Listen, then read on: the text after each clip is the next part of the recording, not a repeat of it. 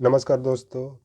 आज मैं जो पाकिस्तान और अफ़गानिस्तान में जो तनाव बना हुआ है, जिसका प्रमुख कारण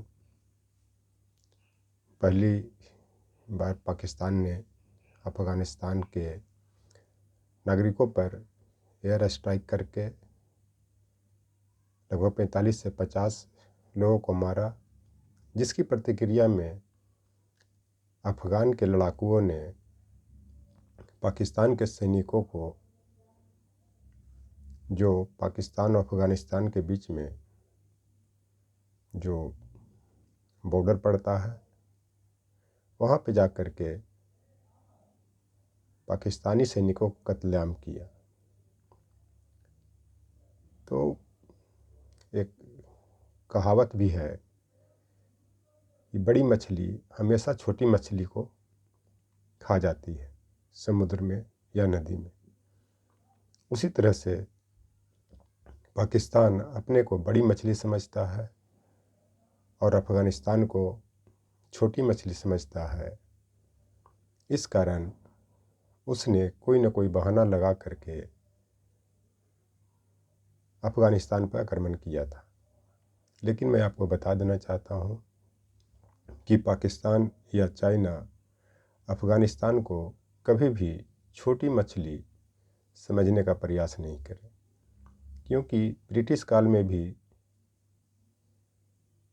अंग्रेज़ों ने अफ़गानिस्तान पर कब्जा करने का प्रयास किया, लेकिन वह असफल रहा, क्योंकि कई बार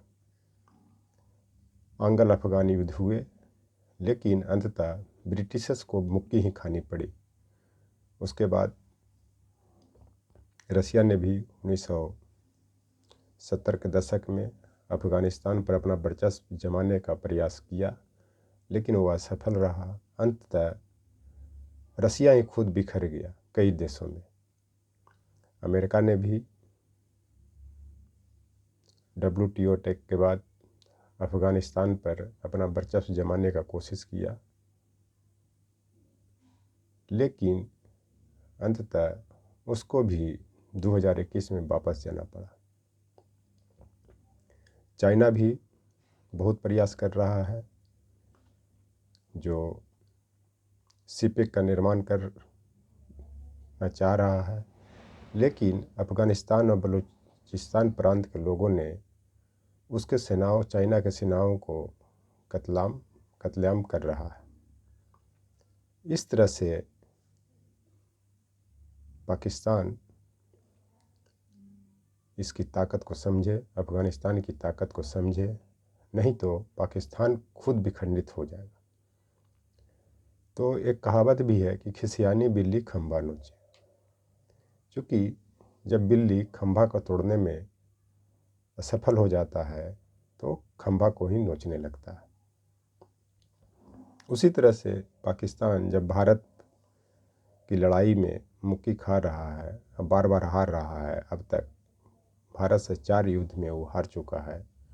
जो 1947 में घुसपैठियों को भारत में भेजने का प्रयास किया, खास करके जम्मू कश्मीर में, उसमें भी उसको मुक्की खानी पड़ी।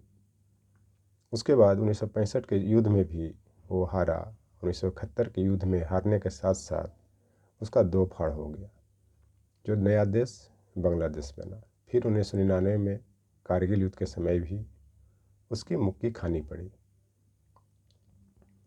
लेकिन भारत सरकार क्यों नहीं पाकिस्तान को कंट्रोल कर पा रही है, और सिर्फ राजनाथ सिंह जी या जो भी पीओके के नारा देते हैं, पाकिस्तान को खाली करने के लिए कहते हैं, वो इसको युद्ध नहीं मानते हैं। जो पाकिस्तान छद्म युद्ध चलाता है प्रत्यक्ष अप्रत्यक्ष रूप से, इसको इन लोग घुसपैठिए कहता है या आतंकवादी कहता है। तो रामधारी सिंह दिनकर ने कुरुक्षेत्र कविता में ही भीष्म पितामह से कहवाया है युधिष्ठिर को कि समर निंद है धर्मराज, पर कहो शांति कहाँ है।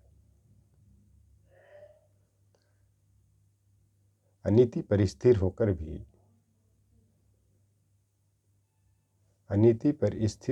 भी वह देश समरनिंद है अपराध, समरनिंद है धर्मराज, पर कहो शांति कहाँ है। अनीति पर स्थिर होकर भी वो बन रही सरला। इस कविता की पंक्तियों का चरितार्थ ये है कि अगर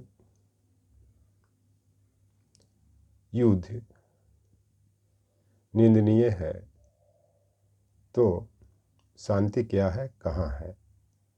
जो अनीति के पथ पे यानी अनैतिकता के पथ पे सवार होकर के वो जो सीधा साधा बना हुआ है उसको सरल बता रहा है, तो युद्ध क्या है। ये रामधारी सिंह दिनकर कुरुक्षेत्र के माध्यम से ब्रिटिश सरकार को खिलाफ भारतीयों से प्रश्न कर रहे हैं कि जो आप लोग इसको युद्ध को निंदनीय कह रहे हैं कि युद्ध अच्छा नहीं है, खास करके गांधी जी सत्य और अहिंसा में विश्वास करते थे, वो हिंसा में विश्वास नहीं करते थे। तो इसी के संदर्भ में कहा गया। लेकिन भारत को जो आज़ादी मिली, जो 23 जनवरी को सुभाष चंद्र बोस जी का जन्मदिन भी था, उसमें ब्रिटिशर्स के कोई अधिकारी ने कहा था, ब्रिटिश अधिकारी क्या माउंटबेटन ने ही कहा था कि मैं ब्रिटिशर्स ने भारत को इसलिए छोड़ दिया क्योंकि पहली चीज़ तो कि सुभाष चंद्र बोस का विद्रोह, फिर जो नौसेना के अधिकारियों को जो फांसी की सज़ा हुई थी, जिसके परिणाम स्वरूप वहाँ के सेनाओं ने विद्रोह कर दिया, जिसके कारण ब्रिटिशर्स को भारत छोड़ना पड़ा, न कि गांधी जी की सत्य हिंसा के कारण। क्योंकि गांधी जी की सत्य और हिंसा की लड़ाई 1944 में ही समाप्त हो चुका था, लेकिन भारतीयों की विरोध, उनके वर्चस्व के कारण ब्रिटिशर्स थक गए थे। इस कारण उन्होंने भारत को छोड़ दिया। इस चलते अफ़गानिस्तान वाली नीति भारत को भी अपनाना चाहिए कि तुम एक मारोगे तो मैं तुम्हें 10 मारूंगा, जिसको अफ़गानिस्तान ने करके दिखाया।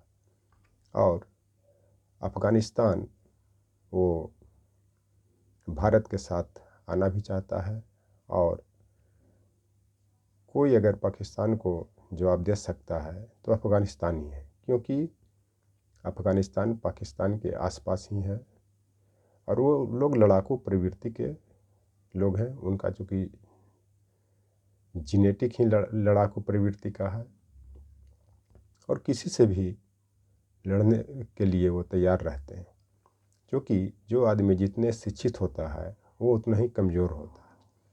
कमज़ोर होने का मतलब यह होता है कि वह बहुत कानून की पढ़ाई पढ़ेगा, कानून में विश्वास करेगा, और जो अनपढ़ होता है वो लड़ाई के मामले में मजबूत होता है, क्योंकि वो जब कानून के बारे में जानता नहीं है तो बस ईंट का जवाब पत्थर से देना जानता है। जिससे अफ़गानिस्तान ने पाकिस्तान को दिया और आगे भी देगा, चाइना को दिया, आगे भी देगा। इस तरह से देखा जाए तो अफ़गानिस्तान पाकिस्तान को चने चबाने के लिए मजबूर किए हुए। इतना ही नहीं, वो पाकिस्तान की हर क्षेत्र में अफ़गानिस्तान का वर्चस्व बढ़ता जा रहा है, जो पाकिस्तान की चुनौती बना हुआ है। इस चीज़ को भारत सरकार समझ नहीं रही है कि एक छोटा सा अफ़गानिस्तान पाकिस्तान और चाइना को मजबूती के साथ टक्कर दे रहा है, क्योंकि चाइना और पाकिस्तान सीपेक पर एक हुआ पड़ा है, लेकिन अफ़गानिस्तान और बलूचिस्तान के लोग उस सीपेक प्रोजेक्ट को, जो चाइना पाकिस्तान इकोनॉमिक कॉरिडोर के नाम से जाना जाता है, उसको तहस नहस करने पर उतावला है। लेकिन भारत सरकार को क्या लग रहा है कि न वो पाकिस्तान को चुनौती दे रहा है न अफ़गानिस्तान को चुनौती दे रहा है, क्योंकि चाइना ने भी ब्रह्मपुत्र नदी पर 60,000 मेगावाट का बिजली के लिए बांध बनाने की घोषणा कर चुका है, जो भारत के लिए खतरा ही है। इसलिए जब जैसन तब तैसन, न कैला तो मरत कैसन, एक भोजपुरी में कहावत है, उसको अपनाना पड़ेगा। तभी अफ़गानिस्तान का मनोबल बढ़ेगा और वो पाकिस्तान और चाइना को तहस नहस करेगा। अफ़गानिस्तान पाकिस्तान और चाइना को जितना तहस नहस करेगा उतना ही भारत के लिए लाभदायक है। थैंक्स।